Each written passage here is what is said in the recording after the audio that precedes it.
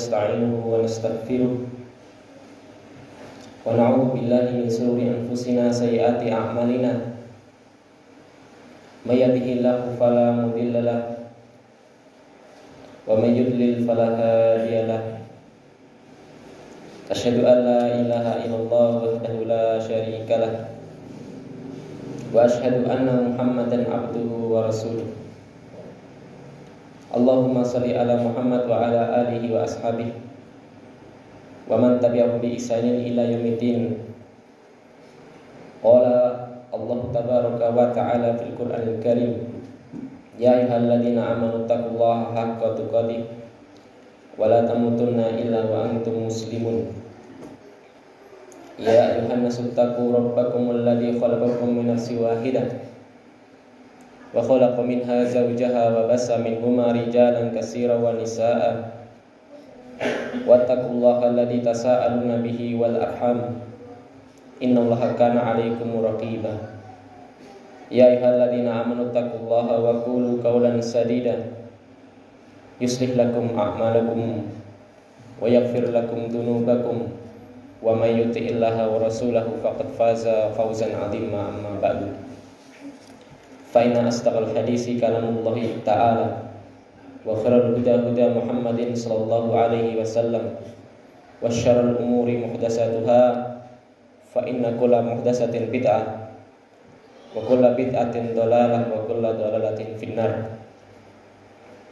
Ma'asyiral muslimin, sidang khutbah salatul Jumat rahimani wa rahimakumullah. Senantiasa mari kita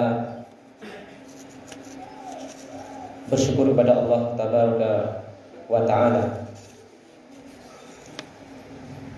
dan jangan pernah lupa dari mensyukuri nikmat ini agar kita menjadi hamba-hamba yang bersyukur dan tidak kufur terhadap nikmat. Sebagaimana Nabi berpesan, dua nikmat yang sering manusia kebanyakannya lupa, yakni nikmat sehat. Dengan kesehatan ini kita bisa melaksanakan ibadah, perbuatan-perbuatan baik dengan mudah karena badan kita sehat. Allah juga berikan nikmat waktu luang. Dia dihindarkan dari fitnah-fitnah, dihindarkan dari musibah-musibah yang menyita waktu, sehingga dia dengan terhindarnya tadi bisa melakukan kebaikan-kebaikan, bisa mengajarkan ilmu, bisa menuntut ilmu, ya, dan banyak hal-hal kebaikan yang lain dengan kelonggaran waktu ini. Salawat serta salam kita haturkan kepada Nabi kita Muhammad sallallahu alaihi wasallam. Sebagai wasiat yang pertama, agar kita senantiasa semuanya bertakwa kepada Allah Subhanahu wa taala. Kita akui iman kita di sini bertingkat-tingkat, berbeda-beda. Mungkin yang di hadapan saya dan saya rasa suatu kepastian, ya, Anda semua, ya, lebih baik, ya, dari saya sendiri. Akan tetapi mari kita mencari nilai kebaikan itu di sisi Allah Subhanahu wa taala. Karena sesuatu yang terbaik ialah bukan penilaian manusia, bukan stempel dari manusia, stempel dari ustadz, bukan. Inna akramakum indallahi atqakum. Ya, sesungguhnya yang paling mulia di sisi Allah di antara kalian ialah yang paling bertakwa. Maka mari kita senantiasa menjadi hamba-hamba yang bertakwa, mematuhi, ya, segala apa yang Allah perintah dan Rasul perintah, dan menjauhi apa yang menjadi larangan-larangannya. Jamaah rahimani wa rahmatullah. Allah Subhanahu wa taala berfirman dalam surat Al-Imran ayat 92, lan tanalul birra hatta tunfiqu mimma tuhibbun wa ma tunfiqu min shay'in fa innallaha bihi alim. Ayat ini turun berkaitan dengan salah seorang sahabat yang mulia, Abu Talhah radhiyallahu taala anhu. Abu Talhah ini merupakan sahabat Ansor, penduduk Madinah yang paling kaya di kala itu. Dan beliau pernah satu saat ingin menikahi Ummu Sulaim. Kisahnya ma'ruf. Akan tetapi ketika itu Abu Talhah belum masuk Islam. Lihat, walaupun Abu Talhah ini orang yang paling kaya di Madinah, ternyata Ummu Sulaim berani menolak ajakan menikah dari orang yang paling kaya di saat itu. Inilah salah satu cerminan begitu hebatnya iffah, kehormatan, kemuliaan seorang muslimah di saat itu. Sahabiyah, meskipun orang paling kaya, meskipun anak pejabat, akan tetapi mohon maaf, dia kafir. Sehingga dia mempersyaratkan dan boleh seseorang wanita mengajukan persyaratan. Dan apabila syaratnya ini disetujui oleh calon mempelai lelaki, maka ini menjadi suatu kewajiban yang aslinya sudah bukan wajib. Maka boleh. Dan mahar terbaik sepanjang masa, mahar terbaik sepanjang masa pernikahan, ialah pernikahannya Abu Talhah ini. Karena Ummu Sulaim mempersyaratkan agar Abu Talhah masuk Islam.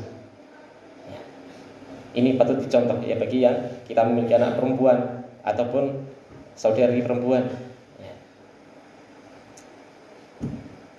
Ketika turun ayat ini, di suatu riwayat disebutkan ketika Nabi berkhutbah. Ini riwayat ini ada di tafsir Ibnu Katsir. Saya anjurkan bagi yang sudah bisa bahasa Arab untuk sering-sering membaca tafsir Ibnu Katsir. Di situ disebutkan tafsir ayat bil ayat, ayat dengan riwayat-riwayat hadis. Maka sangat bermanfaat untuk sebagai bekal tadabbur kita, sebagai pengamalan kita mentadabburi Al-Qur'an. Disebutkan dalam riwayat tadi Nabi pernah berkhutbah dan membacakan ayat ini. Maka selesai khutbah, Abu Talhah maju dan berkata kepada Nabi agar mengambil harta yang terbaik dari Abu Talhah. Ayat tadi apa artinya? Lan tanalul birra. Sekali-kali kalian tidak akan mendapatkan al-birra. Ulama tafsir mayoritasnya menyebutkan al-birra di sini ialah al-jannah. Sekali-kali kalian tidak akan bisa masuk surga sampai apa? Kalian bisa membuktikan bagaimana upaya kalian untuk masuk surga. Dengan apa? Hatta tunfiqu mimma tuhibbun. Sampai kalian menginfakkan dari setiap harta yang kalian cintai, sukai. Maka harta yang terbaik di kala itu bagi orang yang paling kaya di Madinah di saat itu ialah Bayruha atau Bayruha, Bayruha. Ulama menyebutkan ini ialah kebunnya milik Abu Talhah. Abu Talhah sering atau pernah mendengar bahwasanya Rasulullah SAW itu suka singgah di Bayruha tadi, kebun yang rindang sejuk dan ada mata airnya, dan ini banyak dimanfaatkan orang-orang ketika itu termasuk Rasulullah SAW. Melihat Rasulullah SAW suka singgah di situ, maka mendengar ayat ini turun, Nabi membacakan ayat ini, maka Abu Talhah memberikan Bayruha atau kebunnya tadi sebagai wakaf agar dimanfaatkan bagi kaum muslimin. Wa ma tunfiqu min shay'in fa innallaha bihi alim. Dan setiap apa yang diinfakkan oleh kalian min syai'in. Syai'in di sini bermakna global. Ya, syai'in. Ya. Apapun bentuk infaknya tadi. Di tafsirnya disebutkan ya, qalilan au kasiron. Baik itu hartanya sedikit atau hartanya banyak, fa innallaha bihi alim, maka sesungguhnya Allah Ta'ala terhadap infak tadi Allah Maha mengetahui, yakni akan sayujazi, Allah akan membalasnya.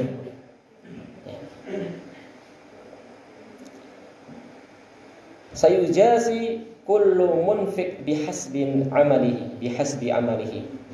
Allah akan membalas dari harta yang, atau memberikan balasan kepada orang yang berinfak berdasarkan apa yang telah diamalkan dari infak tadi. Ini kabar gembira. Di tafsirnya tadi disebutkan apa? Qalilan au katsiran. Karena kita akui tidak semua kaum muslimin itu banyak duit. Tapi Allah tahu mana yang banyak duit tapi cedil, matune sithik kalau infak. Ada yang dia karena gak mampu maka dia semampunya itu, tapi dia bisa rutin. Ya, maka Allah Maha mengetahui. Tenang, jenengan gak usah samar.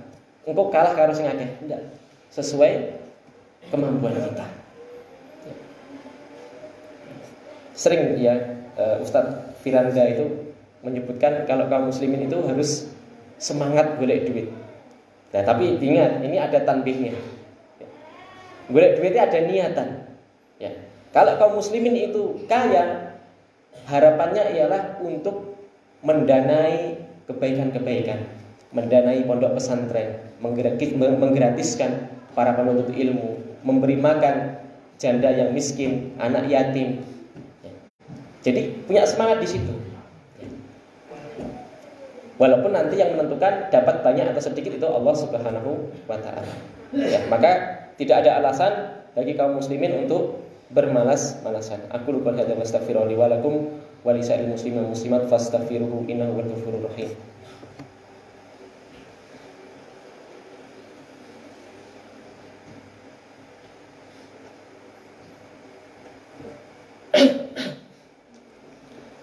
Alhamdulillah wassalatu wassalamu ala Rasulillah. Ittaqullah faqad faza al-muttaqun.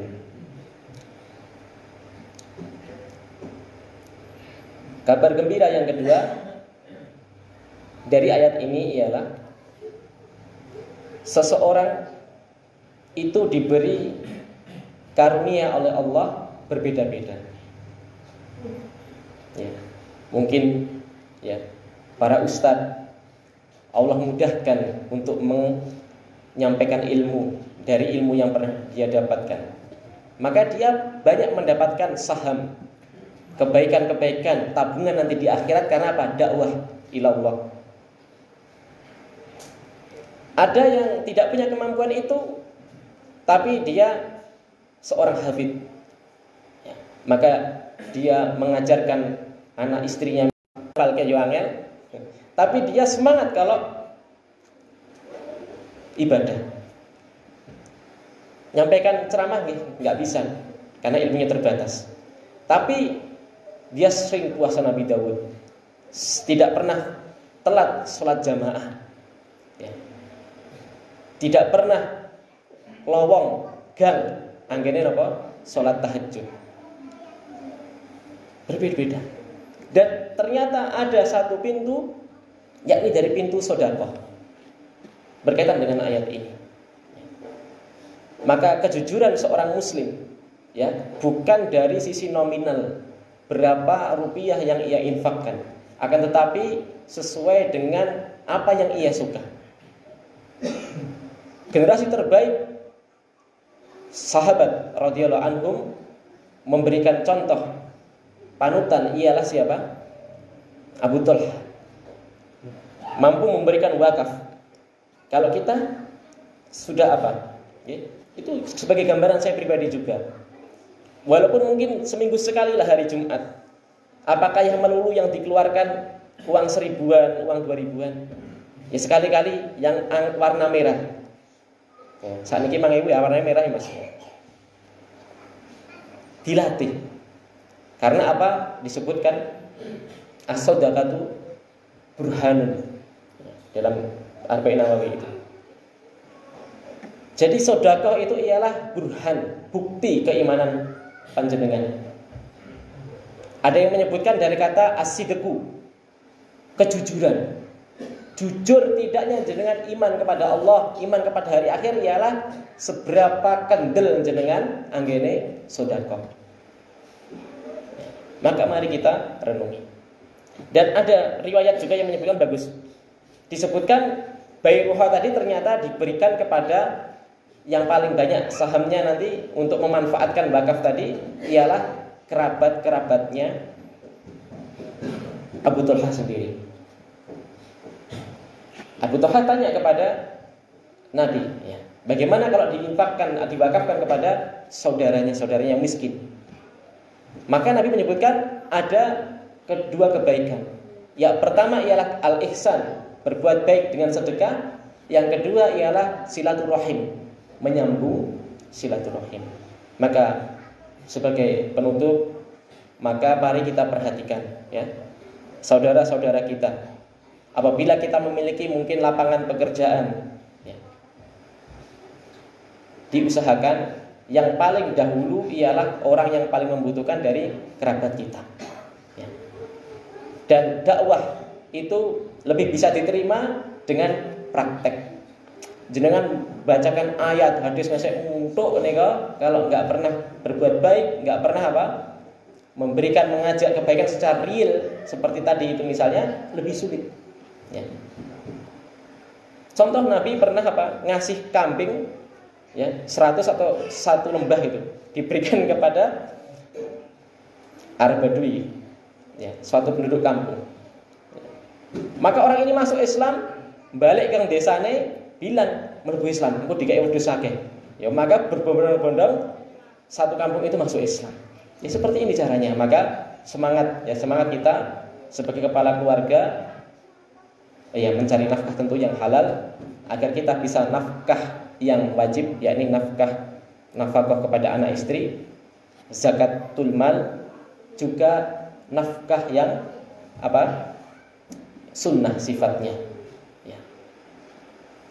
Kata Nabi apa? Jika seorang manusia, anak Adam itu mati, maka terputus amalannya. Ya.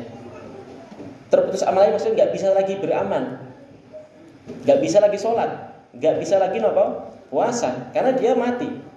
Akan tetapi pahalanya itu masih bisa masuk ke alam kuburnya, alam barzahnya dengan 3 amalan. Salah satunya ialah apa? Shadaqatun jariyah. Lah pengen enggak seperti itu ya. Semoga Allah Ta'ala memberikan keselamatan kita di dunia ini dan di alam barzakh nanti, dan keselamatan di hari akhir, dihindarkan dari api neraka.